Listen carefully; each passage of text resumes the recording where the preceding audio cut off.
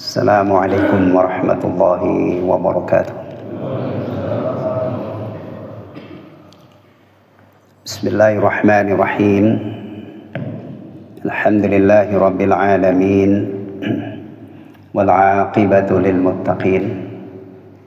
Wala udwana illa 'alal zalimin. Wa asyhadu an la ilaha illallah wahdahu la syarika lah. Al-Barrul Karim, Ar-Ra'ufur Rahim, Al-Azizul Hakim.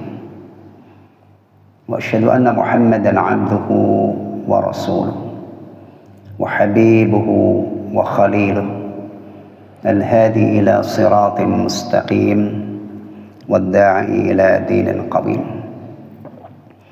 Allahumma fassalli wa sallim wa barik alaihi wa ala alihi wa azwajihi wa dhurriyyatihi wa sahabatihi wa man tabi'ahum bi ihsanin ila yaumiddin, amma ba'd. Jamaah sekalian rahimani wa rahimakumullah, yang semoga Allah Subhanahu wa taala senantiasa melimpahkan rahmatnya kepada kita semua. Alhamdulillahilladzi bi ni'matihi tatimmus shalihat. Alhamdulillah yang dengan nikmat-nikmatnya terrealisasilah berbagai macam kebaikan. Berkat nikmat iman, Islam, dan nikmat sehat wal afiyah, kita termasuk orang-orang yang wajib menjalankan ibadah puasa. Dengan nikmat iman dan Islam, alhamdulillah, kita berkewajiban menegakkan sholat 5 waktu setiap hari. Miliaran orang di luar sana tidak mendapatkan nikmat seperti ini, sehingga di pagi hari yang penuh berkah juga tidak mungkin mereka sujud, ruku sebagaimana orang-orang yang mendapatkan nikmat iman dan Islam. Alhamdulillah, kita telah diberi kesempatan oleh Allah Subhanahu wa taala berpuasa 22 hari ya, 23 dengan sekarang. Mestinya puasa 22 hari itu sudah merubah kita, merubah jauh lebih baik daripada sebelum kita diberi kesempatan oleh Allah bertemu dengan bulan yang penuh berkah ini. Karena puasa itu dijadikan madrasah oleh Allah untuk menempa, untuk menggembleng hamba-hambanya agar menjadi orang-orang yang bertakwa. Semoga melalui puasa ini kita benar-benar keluar dari Ramadan sebagai pemenang. Kita menjadi orang yang bertakwa. Kita meraih ampunan Allah. Kita meraih rahmat Allah. Kita meraih itqun minan nar, pembebasan dari neraka. Itulah hal-hal istimewa yang kita harapkan bisa kita raih melalui mujahadah, rangkaian ibadah di bulan yang penuh berkah ini. Amin amin ya rabbal alamin. Jemaah sekalian rahimani wa rahimakumullah. Saya agak kaget juga ketika kemarin ditawari masih bisa ngisi nggak Ahad ini. Saya kira sudah tidak ada kajian Ahad. Ya, sudah pada pulang kampung karena sudah di penghujung. Tapi alhamdulillah ini masih berkesempatan untuk bertemu dengan jemaah sekalian. Ya. Saya disodori beberapa judul ya. Akhirnya saya menjatuhkan pilihan saya. Judulnya adalah Tetap Semangat Pasca Ramadan. Itu yang saya pilih, yang saya bawa dari rumah, ingin saya uraikan di hadapan jemaah sekalian. Semoga Allah jadikan materi ini bermanfaat untuk kita semua. Wabil khusus untuk saya yang menyampaikan dan jemaah yang berkenan menyimak dan mendengar. Berarti renungan ini atau materi ini spesial untuk orang-orang istimewa. Untuk orang-orang yang dari awal Ramadan meningkat pesat semangatnya untuk beribadah kepada Allah. Untuk yang males-males minggir dulu dalam ini ya, dalam uraian minggir dulu. Tidak kita libatkan dulu yang males. Ketemu Ramadan masih nggak sholat, ketemu Ramadan masih nggak puasa, ketemu Ramadan masih persis tidak berubah, masih tetap tidak berubah. Untuk yang seperti ini minggir dulu. Renungan atau tausiah di pagi hari ini spesial untuk orang-orang yang istimewa, yang selama Ramadan semangat. Emang perlu diingatkan pasca Ramadan, sesudah Ramadan tetap semangat? Oh, perlu banget. Perlu banget. Karena banyak orang semangat di bulan Ramadan. Di bulan Syawal anjlok. Pupus semangatnya. Kemarin-kemarin di bulan Ramadan itu saleh banget. Batal banget beribadah. Kena jebakan mautnya iblis laknatullahi alaih. Pasca Ramadan semuanya tinggal kenangan. Padahal masih hidup. Bahkan mungkin lebih sehat daripada ketika berpuasa, tapi berubah. Ini musibah besar. Musibah besar. Pasca Ramadan orang masih hidup, kemudian pupus semangat ibadahnya. Hilang semua ibadah yang ditekuni di bulan Ramadan. Maka untuk mengantisipasi kemungkinan itu terjadi pada siapapun termasuk pada kita semua, kita coba materi pagi hari ini adalah tetap semangat pasca Ramadan. Jemaah sekalian rahimani wa rahimakumullah. Nasihat di bulan Ramadan itu ada tiga seri. Pertama, menjelang datangnya bulan Ramadan yang penuh berkah. Ad-du'atu ilallah, dai-dai yang mengajak manusia ke jalan Allah, yang menasihati manusia untuk bertakwa kepada Allah, yang mengajak manusia untuk mengabdi dan menghamba kepada Allah demi meraih ridhonya, demi meraih rahmatnya, demi meraih kebahagiaan dunia dan akhirat. Ya.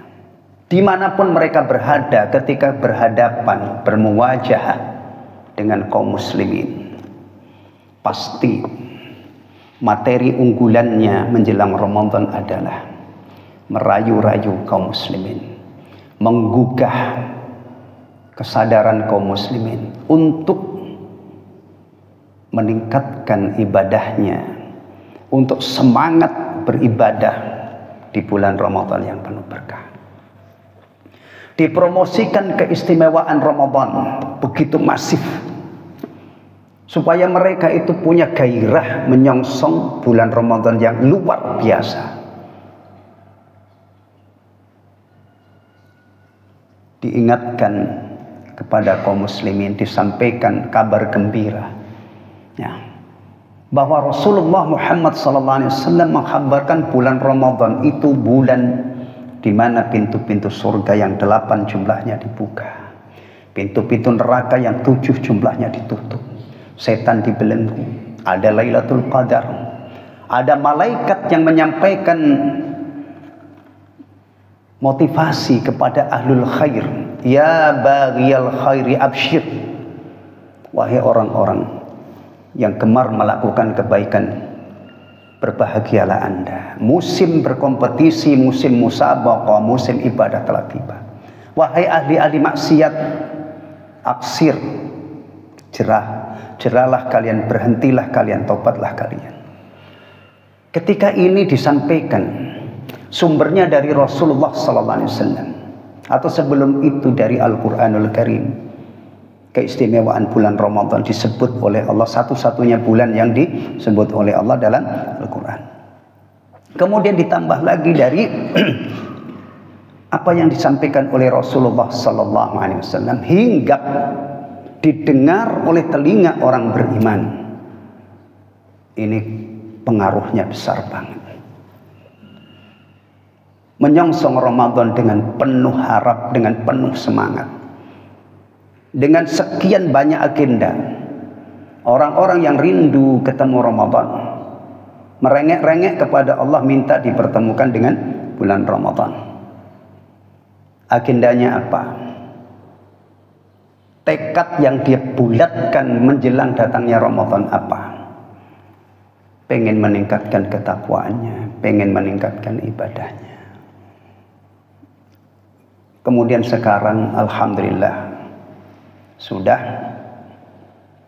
masuk 10 hari yang terakhir.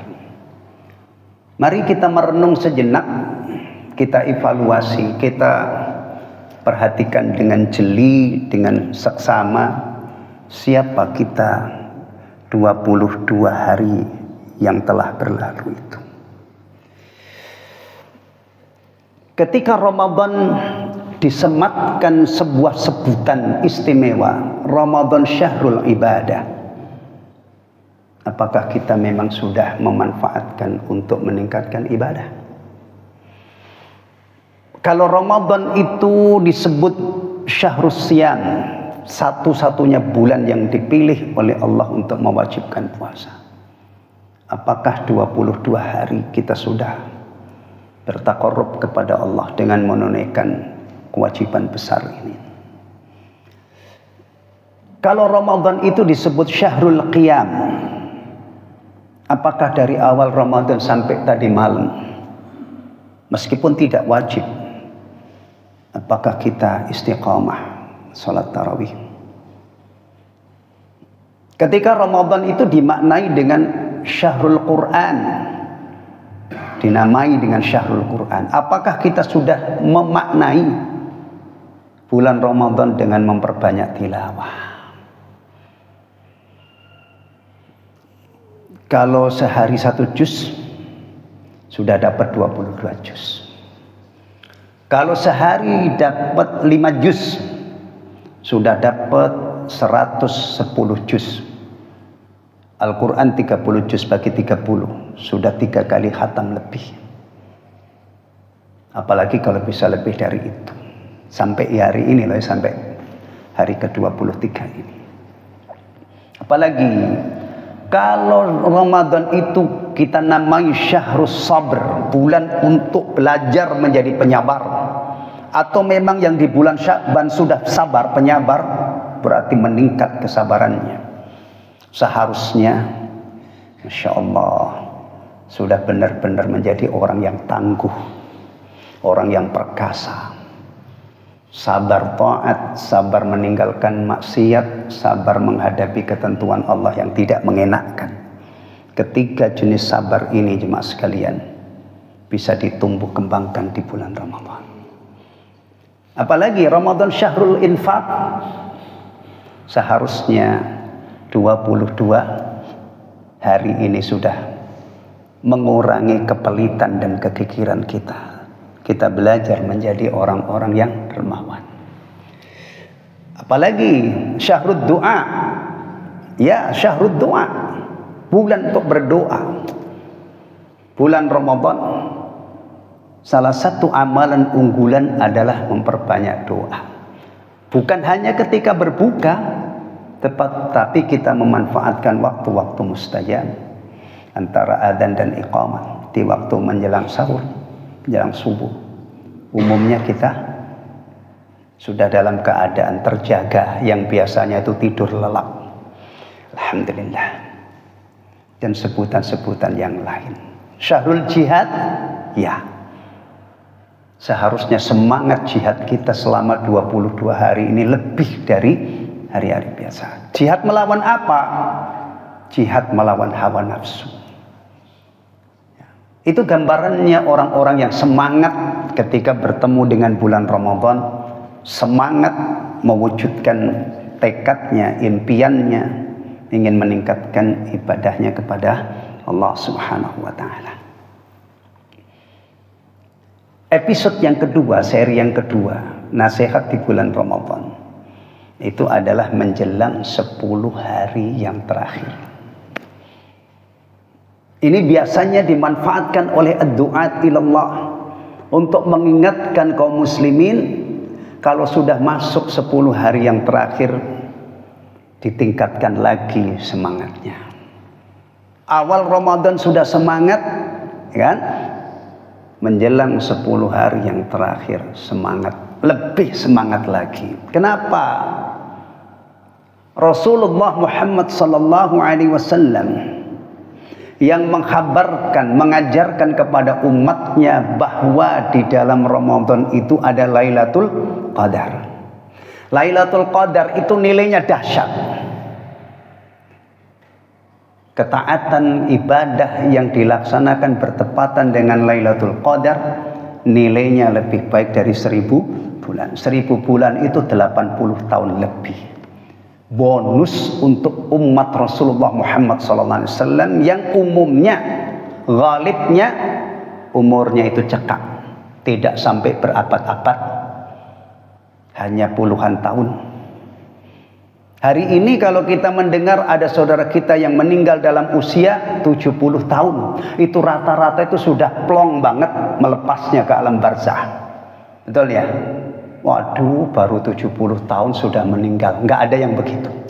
Kecuali kalau yang meninggal mungkin 40 tahun, 30. Ya Allah, sayang banget.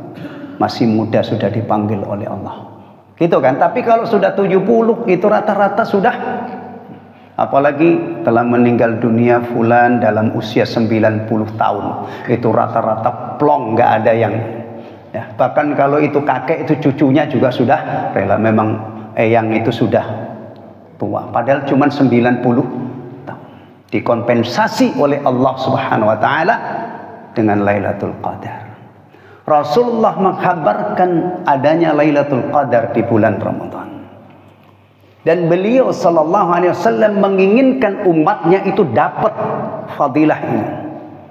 Maka beliau jelaskan lebih fokus lagi. Berburu Lailatul Qadar itu di 10 hari yang terakhir, terutama malam-malam ganjil, terutama malam 27.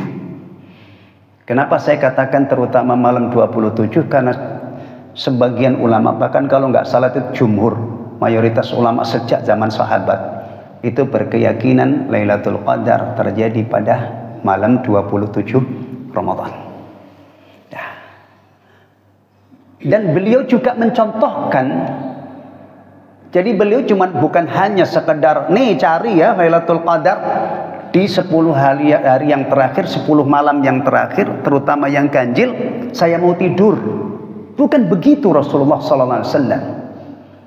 Buktinya mana? Orang yang sangat dekat dengan beliau, yang menemani di tempat tidurnya, Aisyah Ummul Mukminin radhiyallahu anha, mengkhabarkan, membocorkan kepada umat Rasulullah Muhammad SAW kebiasaan Rasulullah ketika 10 malam yang terakhir sudah masuk. Kana Nabi sallallahu alaihi wasallam idza dakhala al-ashru ahya al-laila wa ayqadha ahlahu wa shadda mi'zarah. Adalah Rasulullah sallallahu alaihi wasallam atau Nabi sallallahu alaihi wasallam apabila 10 malam yang terakhir bulan Ramadan itu sudah masuk, apa yang beliau lakukan? Ahyal lail, menghidupkan malam. Wa ayqadha ahlahu, membangunkan keluarganya. Wa shadda mi'zarahu, dan mengikatkan kainnya. Kata para ulama, ini kiasan, menunjukkan bahwa beliau itu tidak asik bersama istri-istrinya, tapi beliau meninggalkan istrinya demi fokus ibadah. Ini panutan kita, ini teladan kita Rasulullah Muhammad SAW. Maka 10 hari yang terakhir ini adalah saatnya kita pol-polan untuk semangat beribadah. semangat tarawihnya, qiyamul lailnya, semangat tilawahnya, semangat nangis-nangisnya. Mohon ampun kepada Allah. Allahumma innaka afuwun tuhibbul afwa fa'fu anni. Mungkin kalau dibaca sekali kurang meresap, kita ulang-ulang, syukur-syukur sampai bisa menguras air mata kita. Itu yang diajarkan oleh Rasulullah sallallahu alaihi wasallam kepada istrinya yang paling beliau cintai. Ketika bertanya, wahai Rasulullah, kalau seandainya saya tahu malam ini Lailatul Qadar, apa yang saya lakukan? Rasulullah mengajari kepada istrinya, quli Allahumma innaka afuwun tuhibbul afwa fa'fu anni. Tayyib. Itu ikhwatal iman rahimani wa rahimakumullah. Istri beliau itu wanita muslimah, taqiyah, mukminah, bari'ah. Karena Aisyah ini pernah difitnah, berbuat apa namanya kalau bahasa sekarang, selingkuh ya. Masya Allah. Allah al-alimul hakim, al-alimul khabir, membebaskan Aisyah ummul mukminin dari tuduhan ini. Jadi kalau ada orang masih ngotot menuduh Aisyah radhiyallahu anha ummul mukminin benar-benar berbuat serong, benar-benar berselingkuh, ini urusannya berat banget. Karena tuduhan ini, fitnah ini, atau dikenal dengan istilah haditsul ifki ini, berita fitnah bohong besar ini, sudah diklirkan oleh Allah. Allah turunkan ayat-ayat untuk membebaskan Aisyah dari tuduhan ini. Wanita luar biasanya solehahnya. Pernah mendapatkan salam dari malaikat Jibril. Ada istri kita yang dapat salam dari malaikat. Kalau Khadijah radhiyallahu anha lebih dahsyat lagi, dari dapat salam dari Allah Subhanahu wa taala. Aisyah dapat salam dari Jibril. Ketika memohon kepada Rasulullah agar diberi petunjuk terbaik di saat berburu Lailatul Qadar, ternyata yang diajarkan itu adalah memohon ampun kepada Allah. Sebagaimana Rasulullah sallallahu alaihi wasallam yang tidak pernah berbuat dosa, maksum namanya, terpelihara dari berbuat maksiat, istighfarnya 100 kali dalam sehari. Istighfarnya 70 kali dalam riwayat yang lain. Nah, kita ini mestinya berapa? Ya mestinya tidak hitung-hitungan. Makanya orang-orang bijak itu menasihati kita, beristighfarlah di mana saja kamu berada. Karena tidak tahu istighfar mana yang akan mendatangkan ampunan. Kita jaring sebanyak-banyaknya, mudah-mudahan istighfar kita ini ada yang menyebabkan kita dapat ampunan dari Allah Subhanahu wa taala. Baik, ikhwatal iman rahimani wa rahimakumullah. Itu seri yang kedua ya. Yang pertama tadi biasanya di bulan awal menjelang Ramadan tiba itu digugah kaum muslim ini. Semangat. Masa iya bulan yang pintu surga dibuka, pintu neraka ditutup, setan dibelenggu, kamu biasa-biasa saja. Gak pantas. Kita respon berita dari Rasulullah ini dengan semangat ibadah. Dah semangat. Masuk 10 hari yang menjelang 10 hari yang terakhir diingatkan lagi, tingkatkan lagi.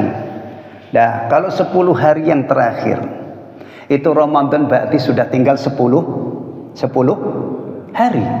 1, 2, 3 seperti ini, 23, besok 24, 25, sebentar lagi selesai. Di penghujung Ramadan, dai-dai ilallah juga sudah menyiapkan materi. Tetaplah istiqomah, tetaplah bersemangat melanjutkan ibadah yang telah habis-habisan Anda tingkatkan di bulan Ramadan. Awas, jangan sampai pasca Ramadan Anda meninggalkan ibadah. Karena batas selesainya ibadah itu bukan berlalunya bulan Ramadan. Batas selesainya ibadah itu adalah maut. Wa'bud rabbaka hatta ya'tiyakal yakin. Itu kita temukan di dalam kitab suci kita, akhir surah Al-Hijr. Kalau nggak salah ayatnya 99, akhir surah Al-Hijr. Wa'bud rabbaka hatta ya'tiyakal yakin. Wa'bud, sembahlah. Ini kalau yang paham ilmu bahasa Arab, ya, ini namanya fi'il amar, kata kerja perintah. Yang diperintah satu orang laki-laki. Siapa? Rasulullah Muhammad sallallahu alaihi wasallam. Perintah kepada Rasulullah sallallahu alaihi wasallam itu juga perintah kepada umatnya. Sepanjang tidak ada indikasi bahwa itu adalah khusus untuk Rasul. Meskipun yang diperintah di sini adalah Rasulullah sallallahu alaihi wasallam, dan tentunya beliau telah melaksanakan ayat ini dengan sangat sempurna. Ayat ini juga digunakan untuk menasehati umat beliau sallallahu alaihi wasallam. Alhamdulillah, kita bagian dari umat beliau. Tidak mungkin kita menampik ayat ini dengan alasan itu nggak nyambung. Ayat itu untuk Rasulullah, bukan untuk kita. Nanti dulu. Perintah Allah kepada Rasulnya sallallahu alaihi wasallam itu juga perintah kepada umatnya. Sepanjang tidak ada indikasi bahwa itu khusus untuk Rasulullah sallallahu alaihi wasallam. Wa'bud, sembahlah, beribadalah rabbaka kepada Rabbmu. Ya. Rabb ini kalau diurai, ya, sembahlah kepada yang telah menciptakan kamu, menjadi manusia, menjadi makhluk paling keren, paling mulia. Tidak sampai di situ, makhluk yang dilimpahi berbagai macam nikmat istimewa, diberi rizki dan seterusnya. Rumah mewah, kadang-kadang kendaraan mewah, rizki yang melimpah ruah. Itu kalau kita gali bersumber dari Rabb. Makanya orang-orang mukmin yang beribadah itu adalah ibadah sebagai realisasi rasa syukurnya kepada Allah. Ibadah berbasis syukur. Makanya kalau dalam kajian tauhid itu biasanya tauhid rububiyah ini dikupas terlebih dahulu, supaya kita ini sadar sesadar-sadarnya kita ini bukan hanya diciptakan oleh Allah Subhanahu wa taala sebaik-baik makhluk, bukan hanya dilimpahi berbagai macam nikmat istimewa, tetapi diingatkan setelah itu, sembahlah Rabbmu. Karena kamu diciptakan ini adalah dalam rangka hamba mengabdi pada Allah. Bayangin, kalau ibadah itu berbasis syukur, dia sadar mendapatkan sekian banyak nikmat dari Allah dan ingin membalas kebaikan Allah. Ibadah berbasis syukur itu dilandasi rasa syukur. Itu tulus, tidak akan ada unsur terpaksa sama sekali. Malu kepada Allah kalau saya nggak ibadah. Yang kedua, faedahnya apa? Kita tidak pernah menganggap ibadah kita itu banyak jika dibanding dengan nikmat-nikmat Allah yang kita terima, yang kita nikmati. Selalu ada semangat untuk nambah, dan seterusnya. Baik, hatta ya'tiyakal yakin, hingga datang kepadamu al-yakin. Al-yakin itu harus diartikan al-maut. Begitu Ibnu Katsir rahimahullah, seorang penafsir ternama, ya, menjelaskan ayat ini. Jadi akhir ibadah itu adalah maut. Kemudian beliau menyoroti ada pemahaman ibadahlah sampai yakin. Kalau sudah yakin nggak usah ibadah. Ini dijelaskan oleh beliau, pendapat ini adalah kufur, pendapat ini adalah kejahilan, pendapat ini adalah sesat. Itu sudah diingatkan oleh beliau. Ya. Siapa orang yang paling bertakwa? Siapa orang yang paling bertakwa? Rasul sallallahu alaihi wasallam. Setelah Rasulullah siapa yang paling bertakwa? Para sahabat terutama yang dijamin masuk surga. Pernah kita dengar mereka itu diliburkan oleh Allah karena sudah terlalu tinggi tingkat ketakwaannya, kemudian dapat bonus nggak usah ibadah? Bahkan saya baca dari kisah Syekh Abdul Qadir Jailani rahimahullah, seorang ulama yang dikenal banyak karomahnya. Suatu saat beliau keluar, ada suara dari atas yang mengatakan, "Ya Abdul Qadir, wahai Abdul Qadir, sekarang sudah aku bebaskan kamu dari ibadah." Dengan tegasnya Syekh Abdul Qadir Jailani rahimahullah mengatakan, "Ihsa ya lain." Ihsa ya lain. Padahal suara ini mengaku dia adalah Allah. Tapi Syekh Abdul Qadir Jailani rahimahullah mengatakan, "Ihsa ya lain." Diam kamu wahai keparat. Itu kalau bahasa kita kurang lebih. Kenapa begitu yakin bahwa ini suara setan? Tidak mungkin suara Allah. Karena tidak mungkin ada orang dibebaskan dari ibadah. Sekarang aku sudah bebaskan kamu. Siapa saya? Rasul sallallahu alaihi wasallam, orang yang paling bertakwa saja, jatuh bangun di akhir hayatnya untuk mengiqamatus shalah. Ketika beliau sakitnya parah, ketika siuman beliau ngimamin. Umar bin Khattab radhiyallahu an, sahabat dijamin masuk surga, wafatnya sedang imamin sholat subuh ditusuk oleh Abu Lu'lu' Al-Majusi laknatullahi alaihi. Utsman bin Affan radhiyallahu an, wafatnya sedang tilawah. Ini pemahaman masalah ibadah. Tidak mungkin ada orang yang dibebaskan oleh Allah dari ibadah karena level ketakwaannya terlalu tinggi. Itu sudah diingatkan oleh Ibnu Katsir rahimahullah. Jangan sampai kita memiliki pemahaman itu. Yang benar adalah al-yakin harus diartikan al-maut. Maka ikhwatal iman, sekali lagi semangat kita beribadah di bulan Ramadan. Yang pol-polan itu kita terus upayakan untuk lestari, untuk istiqamah pasca Ramadan. Ini nasihat bermanfaat banget insyaallah ya, untuk mengantisipasi korban-korban yang berjatuhan, yang kemarin-kemarin beberapa hari, maksimal 30 hari sudah bagus, tapi karena kelengahannya masuk 1 Syawal, 2 Syawal, kadang-kadang sudah berubah, padahal masih hidup yang seharusnya dia melanjutkan.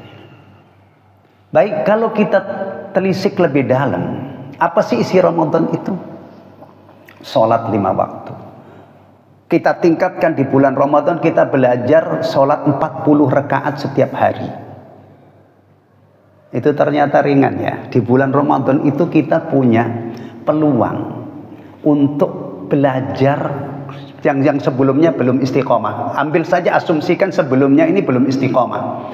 Belum istiqomah sholat 40 rakaat setiap hari. Masuk Ramadan itu menjadi momentum istimewa untuk sholat 40 rakaat. Dan didukung dengan suasana yang luar biasa, yang membuat kita semangat untuk melakukan itu. 17 rakaat sholat fardu, 12 rakaat sholat qabliyah ba'diyah muakkadah, plus tarawih 11 rakaat. Itu ternyata kalau kita total genap 40.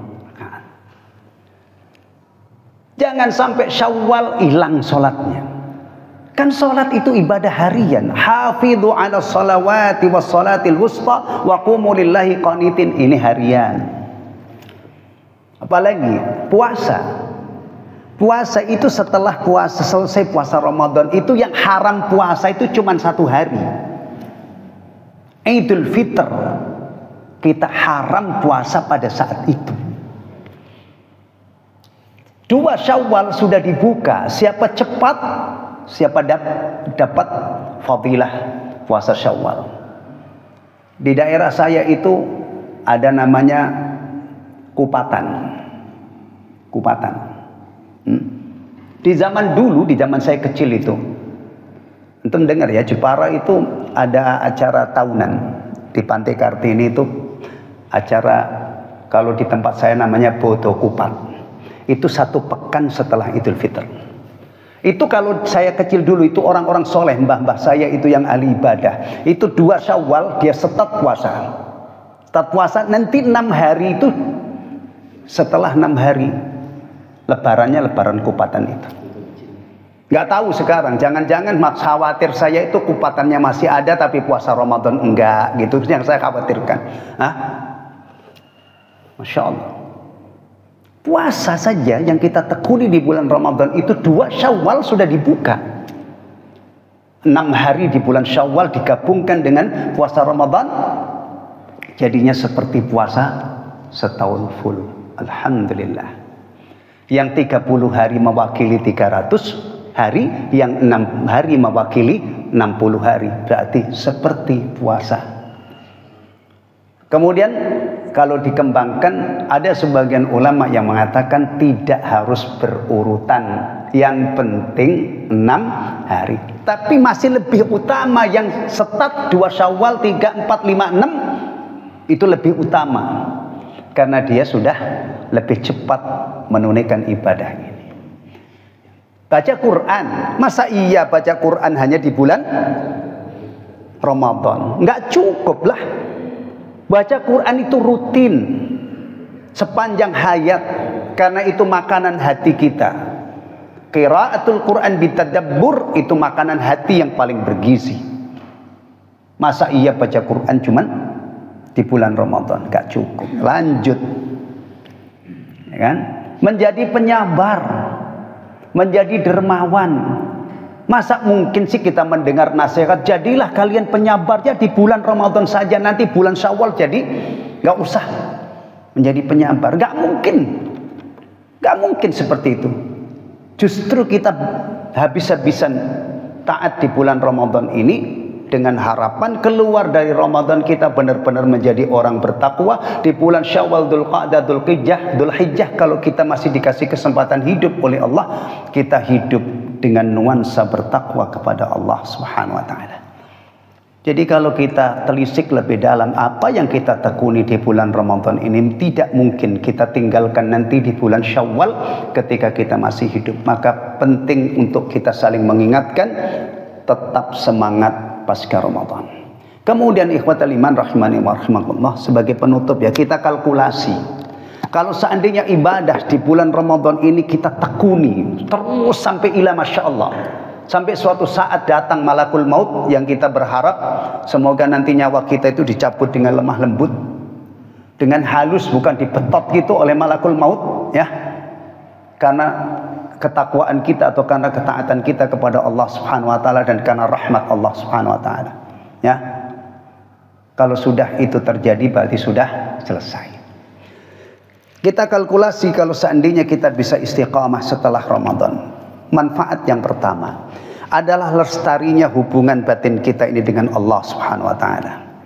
Kita selalu ingat Allah, ingat sholat 5 waktu, ingat puasa masih bisa dilanjutkan, puasa-puasa sunnah, atau mengqadha puasa kita, utang kita tilawatul Quran, zikir dan seterusnya, akhlak kita tetap kita jaga. Ini berarti manfaat yang pertama adalah kita selalu terhubung dengan Allah Subhanahu wa taala. Hubungan kita dengan Allah lestari, tidak pupus, tidak putus. Dan kalau ini sudah terrealisasi, ingat yang dijanjikan oleh Allah, fadhkuruni adzkurkum. Ingatlah kalian kepadaku, niscaya aku akan mengingat kalian. Kata para ulama, mengingat Allah itu substansinya luas banget. Zikrullah itu termasuk yang paling pokok adalah ingat perintah-perintahnya, ingat larangan-larangannya, ingat syariatnya.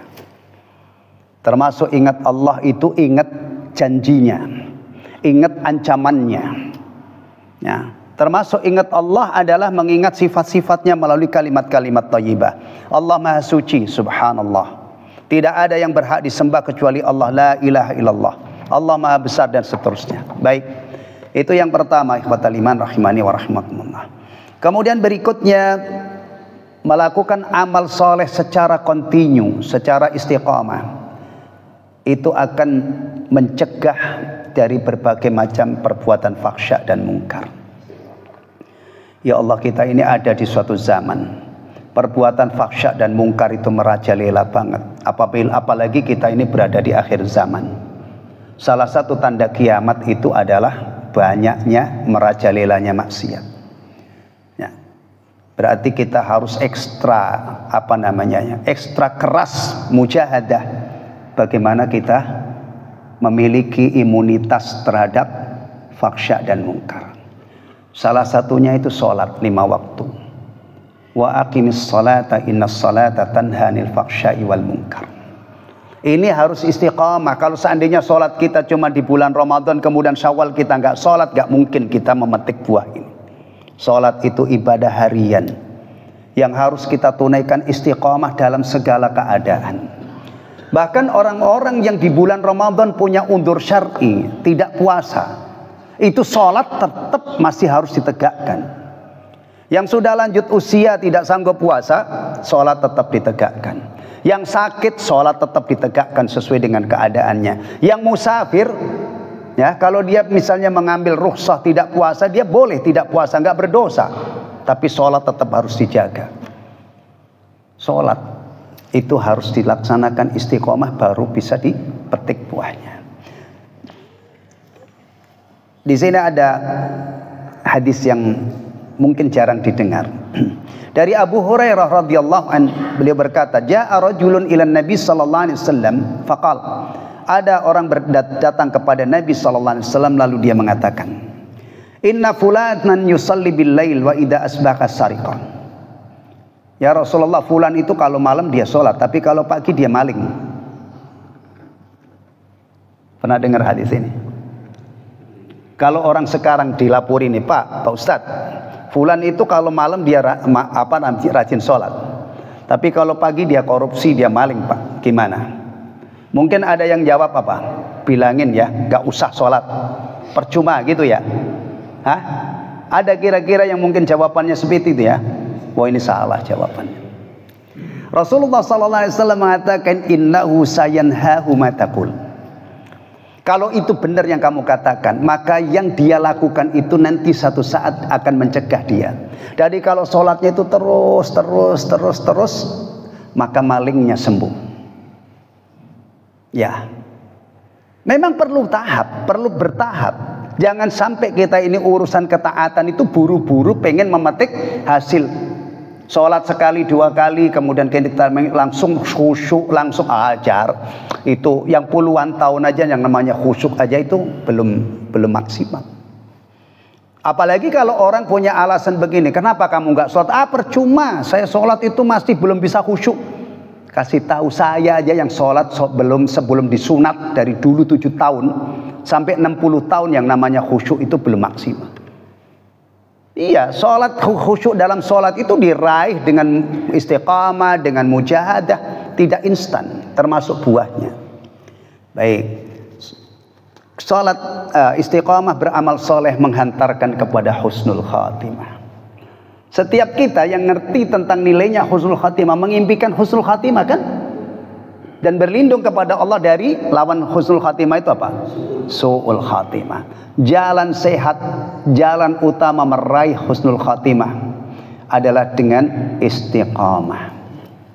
Bayangin kalau seandainya orang ini di bulan Ramadan bagus banget, soleh banget, Syawalnya dia sudah tinggalkan semua ibadah di bulan Ramadan, dia mati di bulan Syawal, mati dalam keadaan tidak sholat 5 waktu, husnul khatimah. Mati dalam keadaan dia menginjak-injak sekian banyak larangan Allah Subhanahu wa taala, husnul khatimah. Ternyata ini rahasianya.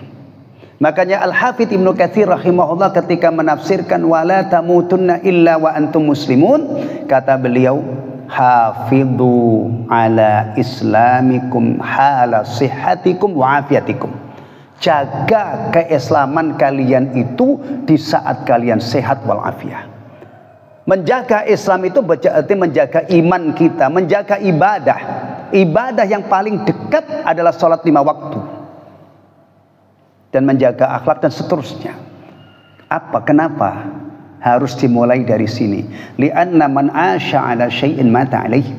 Karena orang yang hidupnya terbiasa dengan sesuatu umumnya dibawa sampai mati. Ahlul khair insya Allah matinya tidak jauh-jauh dari kebaikan yang selalu dia tekuni. Ya. Baik, kemudian berikutnya